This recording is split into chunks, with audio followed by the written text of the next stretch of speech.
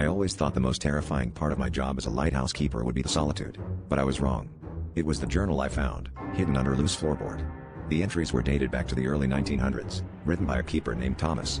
His words spoke of a monstrous sea creature lurking in the waters, but as I read on, it became clear the real horror was not in the ocean but on land. I couldn't shake the feeling that something was watching me each night, its presence palpable as I turned each page.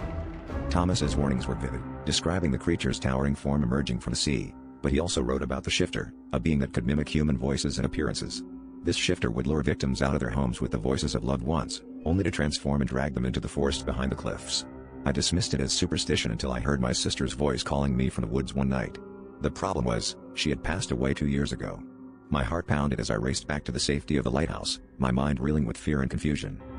As the nights wore on, the voice became more persistent, each call more desperate and convincing. I barricaded myself in, the lantern's glow my only comfort. I knew I couldn't ignore the journal's warnings any longer. Each night, the shifter's calls grew louder, and I could see shadows moving just beyond the tree line, taunting me. The line between reality and nightmare blurred, and I felt trapped in a waking horror, knowing the shifter was drawing closer. The climax came when I heard my own voice calling from the darkness, urging me to come outside. Panic took over, and I realized I had to confront it or lose my sanity. Armed with nothing but a flashlight, I stepped outside, heart pounding.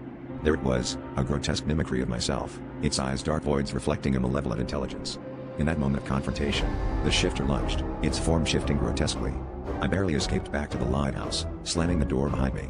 Now, every night, I sit by the window, knowing the shifter is out there, waiting for the moment I make a mistake and step outside once more.